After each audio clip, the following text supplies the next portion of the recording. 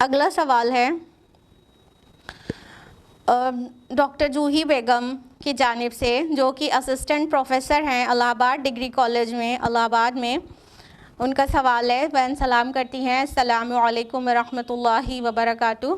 وعلیکم السلام ورحمۃ اللہ وبرکاتہ سسٹر۔ سوال ہے، آج ساری دنیا میں بالخصوص ہمارے ملک میں مسلمانوں کے حالات انتہائی مخدوش ہیں۔ ہر طرف سے مسلمانوں پر ظلم ہو رہا ہے۔ اس سے ابھرنے کے لیے ہر کوئی ایک یہی مشورہ دیتا ہے کہ مسلم متحد ہو جائیں۔ میرا سوال یہ ہے کہ ہم متحد کیسے ہوں گے جبکہ ہر شخص اپنے مسلک پر مصر ہے اور کسی صورت میں دوسرے کے نظریات کو برداشت کرنے کو تیار نہیں ہے؟ کیا اتحاد کا کوئی ایسا فارمولا ہو سکتا ہے جسے سب بخوشی قبول کر لیں؟ اچھا سوال ہے، ماشاءاللہ فکری سوال ہے۔ اس سے پتہ چلتا ہے کہ ملت کی خواتین میں ملت کے لیے اور ملت میں پھیلے انتشار کے لیے فکر موجود ہے۔ سبحان اللہ، خوشی ہوئی ہے یہ سوال سن کر۔ تو بہن کا سوال ہے کہ پہلے تو وہ کہتی ہیں کہ ہر طرف جو مسلمانوں کے جو حالات ہیں پریزنٹ ڈے ان گارڈڈ، جو مسلمانوں کی پوزیشن ہے وہ بہت ہی زیادہ مطلب افسوسناک ہے، اور ساری دنیا کے لوگ یہی سولوشن دیتے ہیں کہ مسلمان متحد ہو جائیں، مسئلے کا حل ہو جائے۔ تو مسلمان، ان کا سوال ہے کہ یہاں تو مسلک اتنا بڑا مسئلہ ہے، تو متحد کیسے ہوں گے؟ کیا کوئی فارمولا ایسا ہے جس کو سب لوگ، اتحاد کا کوئی فارمولا جس کو سب لوگ قبول کر لیں اور اتحاد قائم ہو جائے؟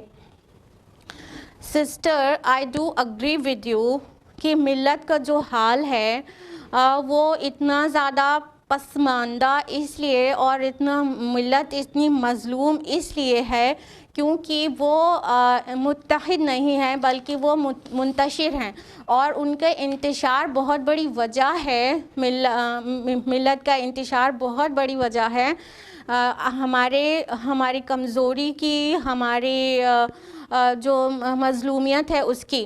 تو یہ تو ہم اور جو فرقہ وارانہ سوچ ہے اور مسلک پر جمنا اور اپنے مسلک کی خالی پروپیگیشن کرنا اور دوسرے مسلک کو برا کہنا، بس یہی مزاج بن گیا ہے۔ یہ یقیناً انتہائی افسوسناک ہے، اور یہ ایسا ہے جیسا کہ یہود و نصارہ کے متعلق کہا گیا تھا سورہ بقرہ سورہ نمبر 2 آیت نمبر 113 میں، کہ اللہ تعالیٰ نے فرمایا وَقَالَتِ الْيَهُودُ لَيْسَتِ النَّصَارَىٰ عَلَىٰ شَيْءٍ، یہود کہتے ہیں نصارہ کسی بنیاد پر نہیں، وَقَالَتِ النَّصَارَىٰ اور نصارہ کہتے ہیں لَيْسَتِ الْيَهُودُ عَلَىٰ شَيْءٍ، اور یہود کسی بنیاد پر نہیں، وَهُمْ يَتْلُونَ الْكِتَابَ، اور وہ سب کے سب کتاب پڑھتے ہیں۔ یعنی یہود و نصارہ جن کے پاس اللہ کی کتاب تورات تھی، اور جس کو نہ صرف یہود بلکہ نصارہ بھی مانتے ہیں، تو شریعت وہی ہے، ان کی تورات ہی شریعت ہے، دونوں تورات کے حامل اور تورات کو پڑھنے والے ہیں، اس کے بعد بھی بس ان کی ٹانگ کھینچنا، ایک کا دوسرے کی ٹانگ کھینچنا اور اپنے کو صحیح دوسرے کو غلط بتانا۔ یہی افسوسناک حالات آج ملت کو بھی فیس کرنے پڑ رہے ہیں، کیونکہ فرقہ وارانہ جو ذہنیت ہے اس نے امت کو بالکل کچل کر رکھ دیا ہے، اور اللہ تعالیٰ نے اس سے بہت زیادہ منع کیا تھا، روکا تھا، لیکن ہم نہیں رکے۔ اللہ تعالیٰ نے ہم کو وارن کیا تھا۔ سورہ انفال سورہ نمبر 8 آیت نمبر 46 میں اللہ تعالیٰ نے فرمایا کہ اطیعوا اللہ و رسولہ، اطاعت کرو اللہ کی اور اس کے رسول کی، ولا تنازعوا، اور آپس میں جھگڑا مت کرو، فتفشلوا، تو تمہیں کمزوری آ جائے گی، تم بزدل ہو جاؤ گے، وتذھب ریحکم، اور تمہاری ہوا اکھڑ جائے گی، وَاصْبِرُوا، اور صبر کرو، ان اللہ مع الصابرین، اور اللہ صبر کرنے والوں کے ساتھ ہے۔ اللہ تعالیٰ نے وارن کیا تھا کہ آپس میں جھگڑا مت کرو، انتشار مت کرو، ورنہ تم کمزور پڑ جاؤ گے اور تمہاری ہوا اکھڑ جائے گی، تمہاری پوزیشن بالکل گر جائے گی، اور تم چاہے تعداد میں کتنے بھی زیادہ رہو گے لیکن تمہاری کوئی روب نہیں رہ جائے گا تمہارا۔ تم بالکل سمندر کے جھاگ کی مانند ہو جاؤ گے۔ اللہ تعالیٰ نے ہم کو وارن کیا تھا، لیکن ہم نہیں مانے اور ہم نے فرقہ فرقہ کھیلا اور مسلک مسلک پر جھگڑے کیا۔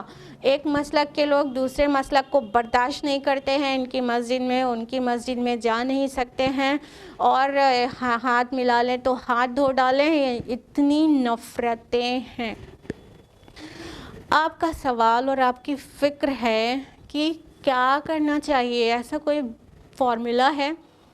تو میرا جواب ہوگا کہ ابھی ہم نے جو یہ آیت کوٹ کی ہے نا، سورہ انفال سورہ نمبر 8 آیت نمبر 46، جس میں اینڈ پارٹ تو ہم کو پتہ چلا کہ فرقہ بنانا مطلب ناپسندیدہ ہے، لیکن اس کا سٹارٹنگ پارٹ اس کا سلیوشن پیش کر رہا ہے۔ اللہ تعالیٰ کہہ رہے ہیں، ہم پھر سے آپ کو بتا رہے ہیں، اطیعوا اللہ و رسولہ، اطاعت کرو اللہ کی اور اس کے رسول کی۔ اس کے آگے کہا گیا وَلَا تَنَازَعُوا فَتَفْشَلُوا وَتَذْهَبَ رِيحُكُمْ، اس کے آگے کہا گیا ہے کہ اور جھگڑا مت کرو اور نہیں تو تم کمزور ہو جاؤ گے اور تمہاری ہوا اکھڑ جائے گی۔ سب سے پہلے کیا کہا گیا ہے، اس کو ریورس کر لیجئے۔ سب سے پہلے کہا گیا ہے اطیعوا اللہ و اطیعوا الرسول، اطاعت کرو اللہ کی اور اس کے رسول کی۔ تو سسٹر، یہ جو فرقہ واریت ہے اور یہ مسلک کا ڈویژن ہے اور یہ جو مسلک کے اپوزٹ مسلک کی جو نفرتیں ہیں وہ اوور نائٹ تو ہوئی نہیں ہیں۔ تو وہ جس طرح دھیرے دھیرے جڑ پکڑی ہے نا، اسی طرح بہت محنت سے اور بہت آہستہ آہستہ دور بھی ہوگی، جادو کی چھڑی گھمانے سے نہیں ہوگی۔ ہمیں اور آپ کو لوگوں کو بلانا ہوگا اللہ اور رسول کی اطاعت کی طرف۔ کوئی شارٹ کٹ نہیں ہے اس کا کہ کوئی شارٹ کٹ بتا دیا جائے کہ ایسا کر لیں تو ساری ملت کے لوگ بات مان جائیں گے۔ میرے محدود علم اور قلیل فکر سے ہم اس نتیجے پر پہنچے ہیں کہ جو سماج کی برائیاں، جو ایبلز آف دا سوسائٹی بہت دھیرے پنپتی ہے اور جڑ پکڑ لیتی ہے، اس کو دور کرنا بھی کوئی شفٹ اوور کا کام نہیں ہے، بلکہ وہ دھیرے دور بھی ہوگی اور اس کے لیے بہت محنت درکار ہوگی، بہت محنت۔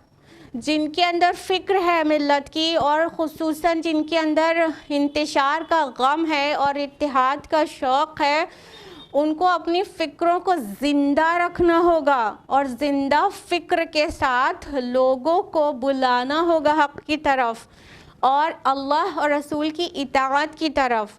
تو کیا کرنا ہوگا؟ اللہ رسول کی اطاعت کی طرف بلانا ہوگا۔ دوسرا، اس کو دوسرے لفظوں میں کہہ سکتے ہیں، رجوع الی الاسلام کرنا ہوگا، حقیقی واپسی اسلام کی طرف۔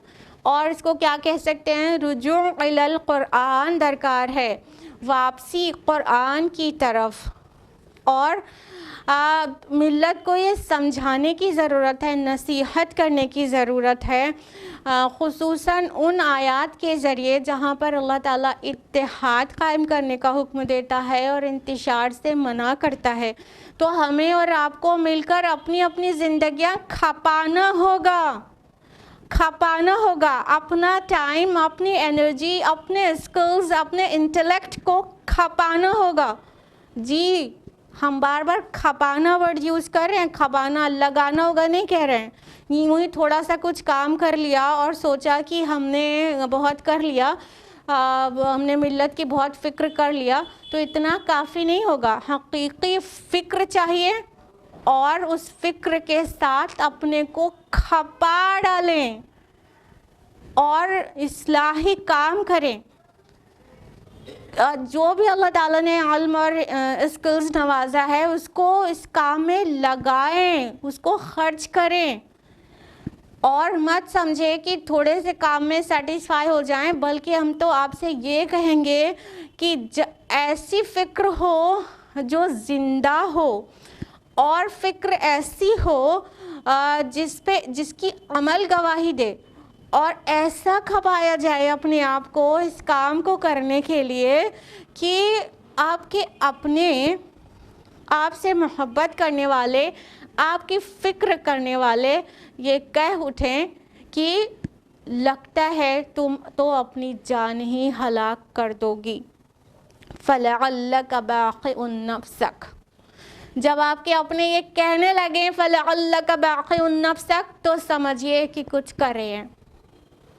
And please don't take it personally, ہم سبھی کو کرنا ہوگا، کیونکہ یہ جو فکر والے ہیں وہ بہت تھوڑے ہیں.